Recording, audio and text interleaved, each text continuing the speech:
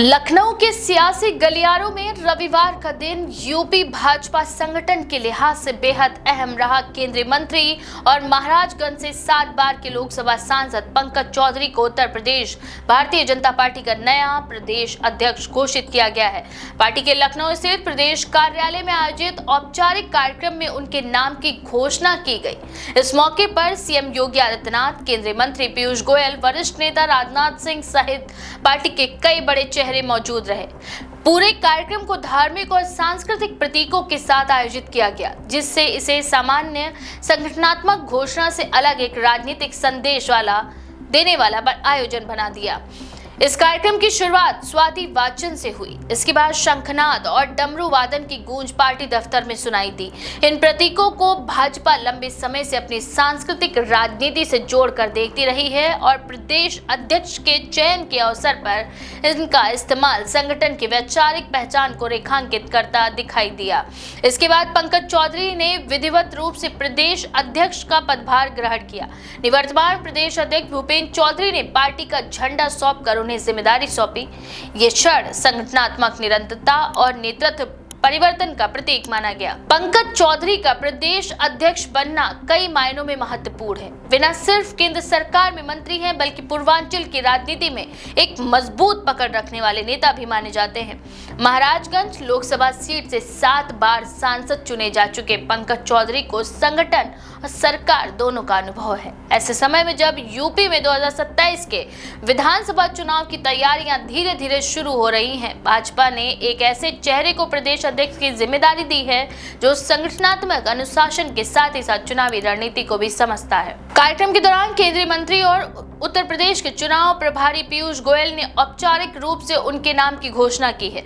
उन्होंने संगठन के अंदर एकजुटता, अनुशासन की बात कही और कहा कि यूपी भाजपा देश की सबसे बड़ी और सबसे मजबूत संगठनात्मक इकाइयों में से एक है। सीएम योगी आदित्यनाथ की मौजूदगी ने इस नियुक्ति को और अधिक राजनीतिक वजन दिया। योगी आदित्यनाथ ने पंकज चौधरी को बधाई देते हुए उम्मीद जताई कि उनके नेतृत्व में संगठन सरकार की नीतियों और उपलब्धियों को जनता तक और प्रभावी ढंग से पहुंचाया जाएगा। इस कार्यक्रम में केवल प्रदेश अध्यक्ष का चयन ही नहीं हुआ, बल्कि भाजपा की राष्ट्रीय परिषद के 120 सदस्यों का निर्वाचन भी संपन्न हुआ।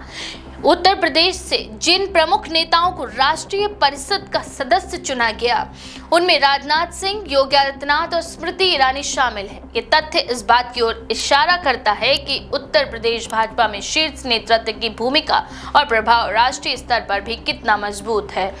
राष्ट्रीय परिषद में इन नेताओं की मौजूदगी आने वाले समय में पार्टी की नीतियों और फैसलों में उत्तर प्रदेश की आवाज को और मजबूत करेंगी। पंकज चौधरी ने पदभार ग्रहण करने के बाद संगठन के कार्यकर्ताओं और नेताओं को संबोधित करते हुए कहा कि पार्टी का हर कार्यक्रम उनकी ताकत है। उन्होंने ये भी कहा कि भाजपा केवल एक राजनीतिक दल नहीं, बल्कि एक विचारधारा है और इस विचारधारा को गांव-गांव, बूथ-बूथ तक पहुंचाना उनकी प्राथमिकता होगी।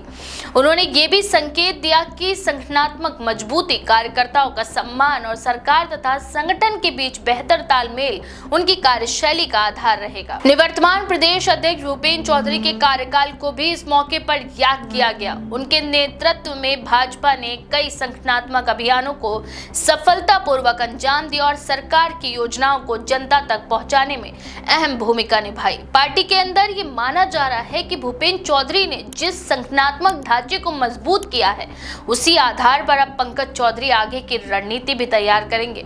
नेतृत्व परिवर्तन के बावजूद संगठन में किसी तरह की गुटबाजी या असंतोष के संकेत सामने नहीं आए, जो भाजपा की अनुशासित कार्यशैली को दर्शाता है। राजनीतिक विश्लेषकों का मानना है कि पंकज चौधरी की नियुक्ति के पीछे कई सामाजिक और क्षेत्रीय समीकरण भी काम कर रहे हैं। पूर्वांचल से आने वाले नेता को प्रदेश अध्यक्ष बनाकर भाजपा ने उस क्षेत्र को स्पष्ट संदेश दिया है, जो लंबे समय से प्रदेश की राजनीति में निर्णायक भूमिका निभाता रहा। इसके साथ ही केंद्र में मंत्री होने के कारण पंकज चौधरी के पास दिल्ली और लखनऊ के बीच बेहतर समन्वय स्थापित करने की भी क्षमता मानी जा रही है। इस कार्यक्रम में मौजूद कार्यकर्ताओं और नेताओं के उत्साह से ये साफ झलक रहा था कि संगठन इस बदलाव को सकारात्मक रूप में देख रहा है। ढोल, नगाड़ों, शंखनाद और धार्मिक अनुष्ठानों के बीच हुआ यह आयोजन केवल औपचारिक घोषणा नहीं था, बल्कि भाजपा की उस राजनीतिक शैली का प्रदर्शन था जिसमें संगठन, सरकार और संस्कृति तीनों का मेल दिखाई देता है। कुल मिलाकर पंकज चौधरी का उत्तर प्रदेश भाजपा का प्रदेश अध्यक्ष बनना पार्टी के लिए एक अहम संगठनात्मक कदम माना जा रहा है।